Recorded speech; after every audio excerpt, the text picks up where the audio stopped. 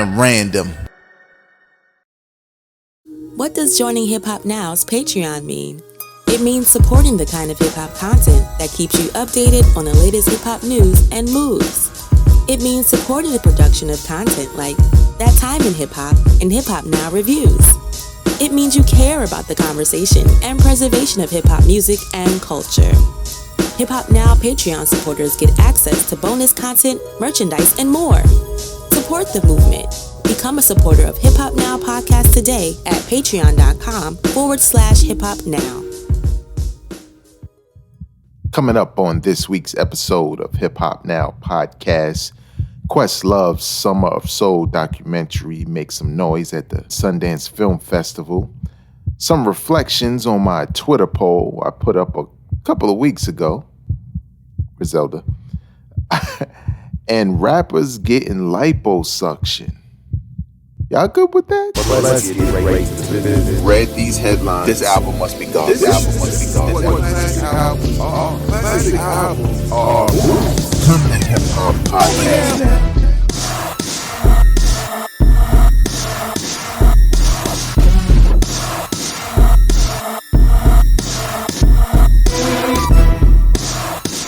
What up, y'all? I am your host, Vegas, and this is Hip Hop Now Podcast, a podcast designed to catch you up on all things hip hop, music, and culture that happened throughout the week. Returning listeners, appreciate you for coming through. You always do. Bars. First-time listeners, I'm glad you found the podcast. I hope you stick around. To do that, just got to hit the subscribe button and you'll be locked in. And an extra special shout out to the Patreon supporters of Hip Hop Now podcast at patreon.com/Hip Hop Now. Big shout out to hiphopdx.com or hiphop.com, the Source magazine. Yes, the website though. Hip Hop Early, and a couple of places where I'm getting some of these stories from. Let's get right into the business, though.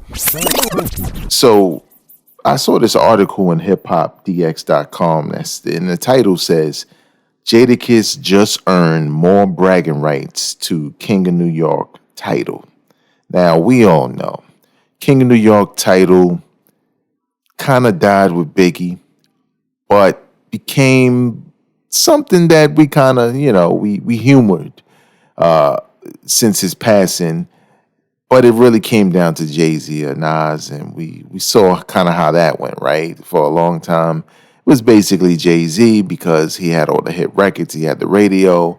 Then they battled, Ether came out, and then people remember that Nas is just as great. And it seemed like none of what Jay-Z had put in work-wise had mattered. But now they don't care, we don't care. New York not even the same rap-wise, but here we have this, but you'll never believe what it is. It says, this is what Jadakiss posted on his Instagram account. Starting February 12th, you will be hearing my voice along with 20 other iconic voices representing the MTA on subway platforms and buses all over NYC.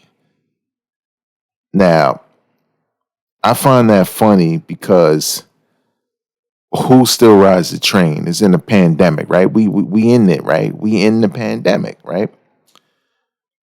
But nevertheless, I think it would be something that would have been a dope surprise for me if I'm on the train going to work and I just hear Kiss say, 42nd Street. Like that was my Kiss impression, whatever. Kind of silly. Cute way to loop me and others into reading that article. But at the end of the day, do you really care if Jadakiss is the voice on MTA? Watch the closing door. Watch the doors. Like, that's what we getting? I think even funnier than that was, I don't know if this ever came out. Jadakiss had a role in a kids movie, like an animated movie, and that was really difficult to to listen to because because the character didn't look like the character. Not he looked like the character. Okay, let me rewind. The character that Jadakiss was doing the voiceover for didn't feel like that character. It felt like Jadakiss reading a storybook, basically, right? Because his voice was no different. Now, some people might say, those people, everybody gets a trophy. People might say, well, I mean, he at least he's doing that, and it's like, yeah, I don't know, like maybe so, right? For kids, right? Maybe kids. I would hope your kids don't know Jadakiss like that, but maybe for them, right? It's a unique voice, but when he goes and does another cartoon, if that was successful, which it wasn't, because I don't know what happened to it. Maybe it never came out. Maybe COVID happened. But I just couldn't see him doing the voiceover thing. So, because Jadakiss, this is the thing, Jadakiss' voice is so distinct that it would be hard to take yourself out of whatever it is, right? It would have to be Jadakiss doing something you expect, right? Or not you expect, something that sounds right, for him to do voiceover. Like you would expect that more. Or would be comical like The Train, but like I don't know, just certain people. It's like when I hear Common do a commercial, right? He just sounds like Common, and he's not great at the voiceover. He's just like, come on, I know I'm going a little long winded on the whole AI stuff, but not the AI stuff, the voiceover. See, I already killed. I broke the lead of my joke. But remember when Common had that one? I think it was an IBM commercial, and he was saying AI, but he kept saying AI like he was saying Allen Iverson, not artificial intelligence. And it was sticking out like a sore thumb for me because obviously I'm a hip hop fan. Obviously, I recognize Common's voice, but he kept saying AI, and I'm like, yo, this don't sound like an IBM commercial. But somehow Nas with the Henny commercials kind of work, right? I don't know, his voice. Maybe that's something Jadakiss should do, right?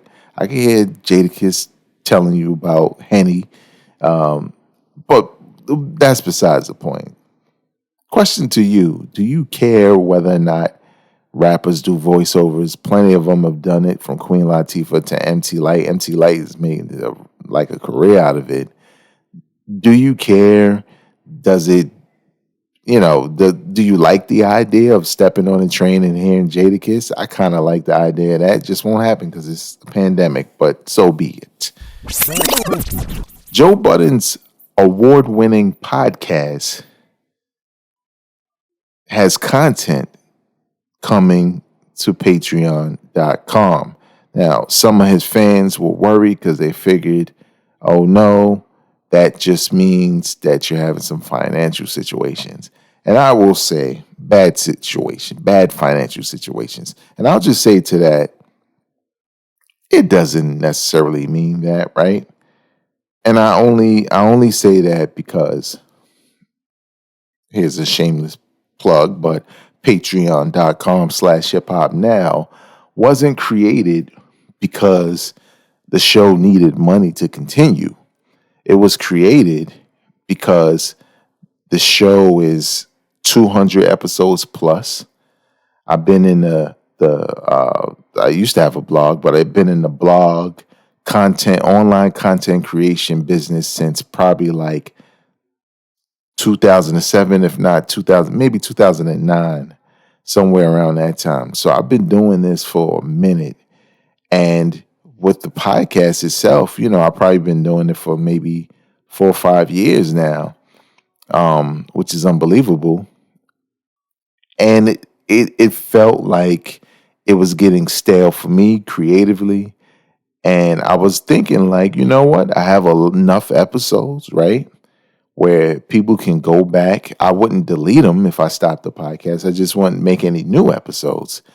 And if people feel like they want to go down that rabbit hole, because I doubt there's a person out there that listens to this podcast that's literally listened to every episode or has heard the majority of the episodes, right? I'm the same kind of listener, right? I have podcasts I've subscribed to. I couldn't tell you I listen to every one of them. I listen to the ones that pique my interest, and that's cool. But for me, creating a Patreon was a way to see how many people and who felt like they wanted to see it continue and to grow. And even though I don't have the biggest Patreon base, nothing like what Joe Budden will probably have, there's still enough people who care, enough for me to keep going. Now, will we make it through the 2022? I don't know. That depends on how much more support, how much I could do related to time and all of that. But I think with Joe Budden, he's probably reached a point where maybe they don't have enough advertisers. When you were with Spotify before, it was different. You have these different deals. Maybe there's certain deals that's on the table that would pay for things, but he don't want to take them, right? Because they want to change parts of the podcast. That's a reality, right? These places want to sign you because you're hot, but they also want to, meddle in your content and change things and have ideas, and they like what you're creating, but they want to do more. And you got to decide on whether you want to keep your artistic integrity of your content creation, or maybe you could reach a happy medium where you and whatever company can work out what happens with the podcast production wise. But in a case like him, he might just have deals and situations that's going to try to change things. So for him to keep things the way they are is to, one, probably get some advertisers, and two, have the people who listen and watch all the time support. And that'll keep the podcast the way you like it. And to me, that's what you need to do, because big corporations, they can create podcasts every 5 seconds. They can buy up other podcasts, competing podcasts. They can buy your podcast if you're selling it or whatever, or just like absorb everything. They have the resources. But when you're talking about a small staff, or in my case, a staff of one, it's a lot of work to talk, to produce, to plan, to edit, to perform, to promote, and then to do it all again every week and keep it interesting. So I didn't mean to be so long-winded on that, but I get it. I definitely get it. Now, I saw a article, and I tried to avert my eyes, but I didn't get it right. Now, we all saw some video of Funkmaster Flex receiving liposuction. It's okay if there's some people out there who don't know what liposuction is. It's when basically they use this tool to suck the fat out of whatever part of your body you want it taken from. And in the cases of Funkmaster Flex or Funk Flex, whatever his new name is, and others, it's usually around the abdomen, right? When you're working out, that's the last thing to go when you're trying to lose weight. Your stomach is always the last thing to go. It's the slowest. You really got to work at it. And when you got money, you get lipo. Well, Funk Flex said that Drake, Kanye West, and LL Cool J were his influences to get liposuction. I guess he figured if they can get it, who would say something about me getting it? What I want to know, because I saw a lot of backlash on hip hop, and I think the backlash has more to do with Funkmaster Flex antics in recent years. But is it really a problem if a dude or one of your favorite hip hop artists gets liposuction? Given just a small amount of the reasons that I mentioned, is it really a problem? Because I'm going to tell you like this, right? I exercise yes, trust me, it will feel a million times better to know you work that off in the gym, all of it, and not need liposuction. But when you're at a certain age and we don't know what your health is, so we don't know what you're capable of doing and not doing, if you got the money for it, I would do it with no hesitation. Now, am I going to get it filmed and posted on social media and all that? No, for what? But I wouldn't hide it, because the thing is if you got the money, you got the money, right? Now, again, if you trying to get liposuction, then you trying to pretend like you was in the gym working it out, like, you show up in the gym like, yo, I'm down. Let's keep it 100, bro. They took the fat out your stomach. And it's not an easy process to go through, by the way. So it is what it is. Ice Cube claims that he is cancel proof and has his eyes on Joe Biden for his Black America plan. Now, if you don't remember, prior to the 2020 election, Ice Cube was being canceled on social media. Black folk, hip hop fans, all of that. Him, 50 Cent for a little while, and of course Lil Wayne, for what seemed to be endorsing Donald Trump. Now, on this very podcast, I kind of went over what I saw and what was actually happening and what the statements were made. And I think, obviously we live in cancel culture land and people are so quick to want to cancel everybody or to have a reason for somebody to lose their job or lose money or whatever the case may be, because it empowers them, right? And sometimes it makes me feel like a lot of people don't have things going on in their lives when they make that, their job one to do that, like to cancel this person. Like if you don't rock with them, you just don't. Like there's no need to go any further than that. But the difference, and I'm going to go over this real quickly, the difference between Ice Cube, Lil Wayne, and like 50 Cent. 50 Cent was making a joke as it related to rich people getting taxed a certain amount. I mean, he was part of a series. He didn't want it to happen. But when he said, oh, hell no, I'll go vote over here, I don't think it was necessarily an endorsement, but he wasn't careful about what he says, right? You have people say, oh, 50 Cent said vote for Donald Trump, I'm voting for Donald Trump. You really got people out there like that who don't think for themselves. So I never looked at it as, 50 Cent's endorsing Donald Trump. Lil Wayne, we all saw why he essentially did endorse Donald Trump. Now, he kind of took a meeting with Donald Trump and took a photo with him, and that was his way of, or their way of saying he's endorsing him. Like, hey, look, he's black, he's with me.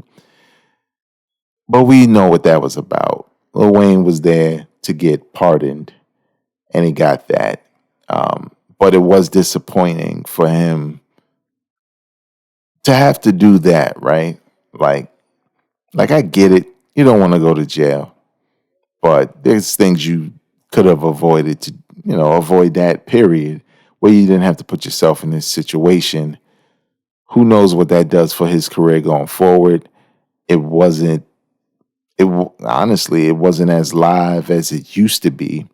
And he doesn't have that kind of energy that a Jay-Z or Nas have when they're coming out with an album, right? Like the whole world doesn't stop when Lil Wayne's coming out with an album. People look and say, oh, let me check it out. And his last couple of albums weren't bad, but he's not doing himself any favors. The thing with Ice Cube is when people found out that he met with them, the Republican Party, and I don't know if he met with Donald Trump, but he definitely met with his team for this Black America plan, he clearly said that he brought the plan to Democrats and Republicans. Republicans wanted to work on it now. Democrats said, let's talk after the election. But social media and people said he's working with the Republicans. Cancel him. And I thought it was so stupid because he made it clear. It wasn't about choosing sides. It was about whoever wins this election, regardless of who wins this election, we need to put this plan forth, right? And it's come out that he's in the process of working with the winners, who were the Democrats, Joe Biden and them. So he was a man of his word, right? But if they didn't win, he still would have had the plan with the Republicans. I don't see any problem with that. Obviously, I'm not looking at this plan as some big deal that I'm invested in. I honestly know the smallest parts of it. And no, having music that I like is not a thing that makes me favor him enough to make excuses for him. It's just like I listened to what the man had to say before I made my decision on who I thought he was. And if he was clear and open about what he was doing and who he was doing it for, and by any means necessary, then I don't understand the cancel culture. But then again, I kind of do, right? It's pretty clear what was going on. Pretty clear to me. Came from the man's mouth. So we'll see what happens, but nevertheless, doesn't change my opinions about his music, period. The Game made a claim recently that he is the king of rap when it comes to Compton MCs, even over Kendrick Lamar. I wondered about this statement and what was behind it, given this man said that he was retiring from rap, right? His last album came out maybe a year or two ago now. Maybe a year ago. No, maybe 2 years ago now. So it's always weird to see stuff like this, right? Like, what do you want, fam? What do you really want? Do I agree that he's the best rapper out of Compton? No. But I think he's pretty close. I would say I would put him in my top 5. If I made a top 5 Compton MC list, I would put him in my top 5. I mean, there's plenty of people I would put ahead of him, obviously, but let's stick to the Kendrick Lamar comparisons. I think there's a lot of people similar to Eminem, right, who only listen to or pay attention or at least zero in on when they're speaking ill of an MC. And I'm not talking about with malice, just saying they don't like an MC. I think people zero in on the records that aren't necessarily a display of skill, right? Is they focus on the records that isn't like, this is exhibit A of why Kendrick Lamar is a great lyricist. They tend to focus in on the singles and not a lot of the work that laid the foundation, like Overly Dedicated mixtape and Section 80 before Good Kid, Mad City. Good Kid, Mad City. It's just certain records, right? They might look at a record like, what's so dope about All Right? What's so lyrical about that? What's so nice about that? And it's kind of like, dog, that's not the reason why. That's a dope song, but that's not the reason why people say he's one of the best MCs. I mean, they say it for a number of reasons, right? Again, when he was K-Dot, when he was freestyling and mixtaping, when he was on the BET joint, right? The Cypher, killed that. Talking to people on there. Remember, he had the Control verse, remember? Everybody was going crazy over that. Game has never had that kind of lyrical impact. He's had dope radio records. And he has some really, Game has a really, really slept on catalog. I mean, it's bad the way it's slept on. He's released some really dope albums in recent years, and no, they're not all name dropping, because that was my biggest gripe with him, right? I know his name is The Game, and that was the hook, but it's only but so much name dropping of other rappers a hip hop fan wants to hear in your record. At some point, what is your identity? Your identity can't be everybody else's identity. It'd be different if he was like, I'm The Game because I can rap over anything. I can rap like anybody. I could do East Coast beats, South beats. Like if he was just fantastic at it all. But his name, The Game, was just name dropping, right? I'm like Eazy in 1980, Bullet. Like he wasn't doing anything no one else could do. Kendrick Lamar is more of The Game than The Game, right? Kendrick Lamar is beloved by new hip hop fans and old hip hop fans. Maybe not all, but there's not many new artists that have both. And you know why? Why I say he's The Game is because, not because he's my favorite artist, but because he literally combines it all, right? There's something about his style that reminds you of several different artists, right? It's like ingredients. He's a little MC8. He's a little bit of Corrupt. He's a little bit of somebody like Eminem. He's a little bit of Andre 3000. Like he's The Game, right? And he displays it on his albums.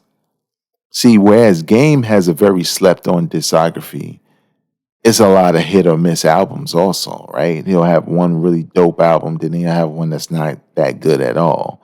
Then he'll have one that's surprisingly crazy, and then he'll have another one that's kind of a dud. Kendrick Lamar hasn't missed yet. We can go to Section 80 and Good Kid, Mad City, To Pimp a Butterfly, and Damn. When you add them joints up, none of them sound exactly the same. And all of them are stellar to good to solid to great albums. None of them are duds. You can't say you better than the dude who put out, and we're not even counting, the untitled remaster or master joint. The dude ain't missed yet. So we'll see. But I just thought that was interesting for The Game to say that. And it made me wonder, for someone who's retired, like, is he looking for a reason to drop something to say, this is why I'm the best? I mean, who knows? And more importantly, who cares? Real quick, there's one story that I actually mentioned in the title or in the headlines in the beginning of this podcast, but I cannot find the article. But essentially, Questlove has I believe it's a documentary of his life that racked up a ton of awards at the Sundance Film Festival, which is a good look. Honestly, I'm a little intrigued because I remember when I went to Summer Stage in New York City. It happens every summer. Concert, Central Park and other parks or whatever. And Barbito from Stretch and Barbito was supposedly debuting, even though this was the second showing, but debuting his documentary. And I figured, it's free. It's summertime. I work at a radio station, so they got these like VIP passes where I could sit and, shade with some complimentary drink, whatever. It's late, y'all. Drinks and check it out. And I remember being way more into it than I thought I would be, because there was so much about his life that I knew that I forgot about. And then there was so much that I didn't know. And I gained a greater respect for what he brought to the game that wasn't just a underground radio show or popular underground radio show. He was way more than that. So I feel like with Questlove, there's a lot I know. It's the same thing, right? There's a lot I know about him, and then there's a lot I don't know about what he's done. I know he definitely helped D'Angelo come back, which is dope in itself. But I'm definitely interested to see what happens there. And lastly, I wanted to just reflect on something I put out there on Twitter. Every now and again, I'll do a poll, right? And this poll was basically, what do y'all think about Conway the Machine leaving Griselda Records? Now, I could have been a little bit more detailed in that description, but at the time, things felt like that's what was happening, right? A lot of clues were leading me to think like, oh, okay, I see what y'all doing. This is a done deal. And obviously there were a lot of people who weren't happy at all with it. Like, they would rather him stay. Like, some people was like, I mean, it was only two choices. You know, you either good with him leaving the record label or you good with him staying. And most people rather him stay. But then I noticed a trend of people reading that statement and then thinking about beef. And I didn't really want to get involved with the explaining, and because in social media it's like a rabbit hole, right? Like, read what it says. Do I have some information about him leaving? I do not.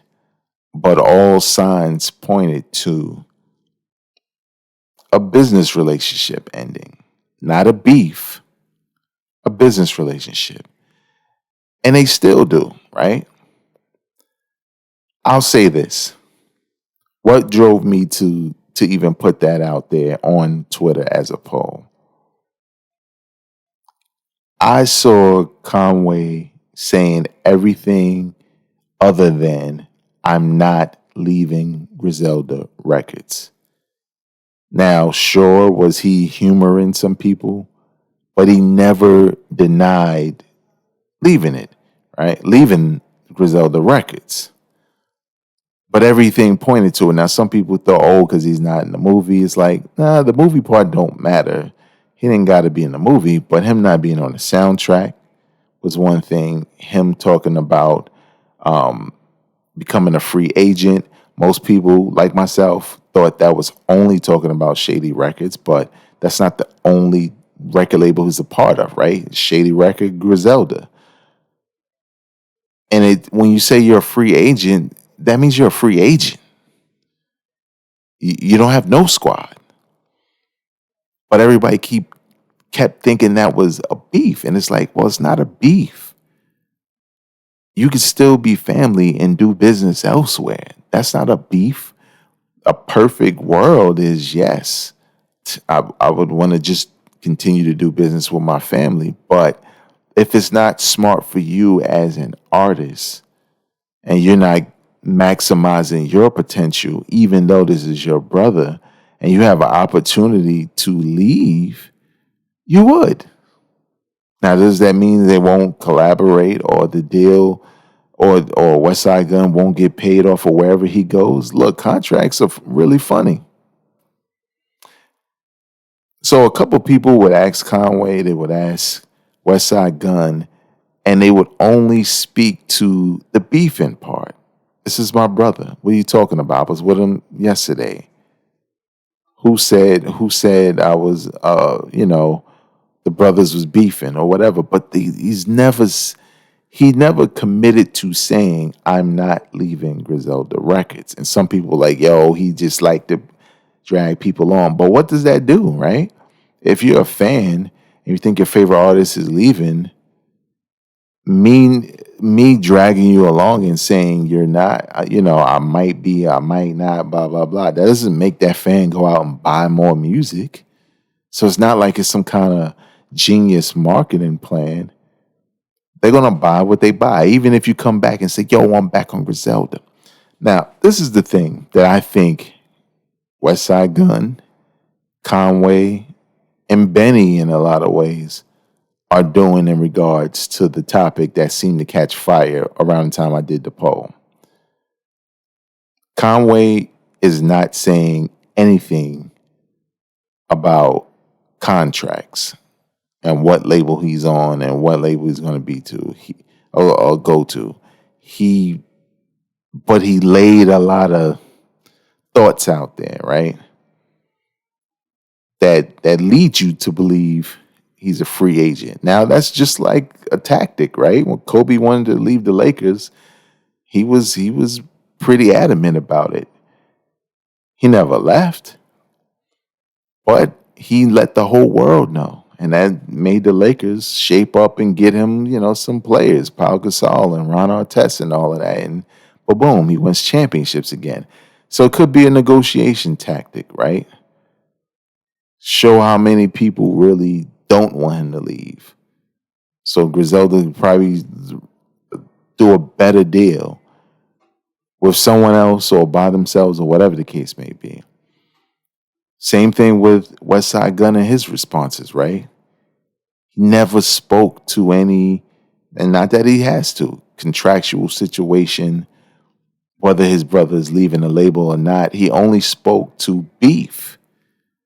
And my thing is, well, no one ever said you had beef. It's just a lot of people assume this beef if they say if Conway's leaving. And Benny's not saying anything. So let me just let those who don't understand in on something, right? When you're negotiating a contract, or better yet, negotiating a new job, you don't say nothing. Maybe the people closest to you know what you're up to, know what your next move might be, know everything about it, but nobody's saying nothing.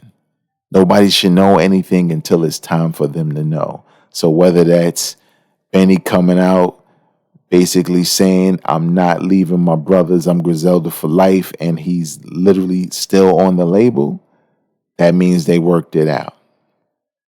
If he leaves Shady and goes to Roc Nation, that means he worked something else out. If he leaves Griselda and goes to Roc Nation or Def Jam or somebody else, that means he worked something out. Doesn't mean it's beef. But it's something to be said about them on the business side starting to expand. There's no way he's staying in the same deal he had when they were just putting out mixtapes. Griselda Records, all three of them are way bigger stars now than they were when they started that whole thing. And at some point, you got to renegotiate. And it doesn't mean it's beef. That's going to do it for me for this week. You can follow me on Instagram, Twitter, Clubhouse, Vero, all at Vegas World INC. And if Facebook is where you hang out, you can like the page and catch up on some news at facebook.com/hiphop right now. And if you would like to become a producer of this podcast and receive exclusive episodes like the episode I did talking about lyrics that are incorrect from some of your favorite MCs, visit patreon.com/hiphop now. And until next time, y'all, I am not a critic. I'm a fan. Peace. Drop it on the random.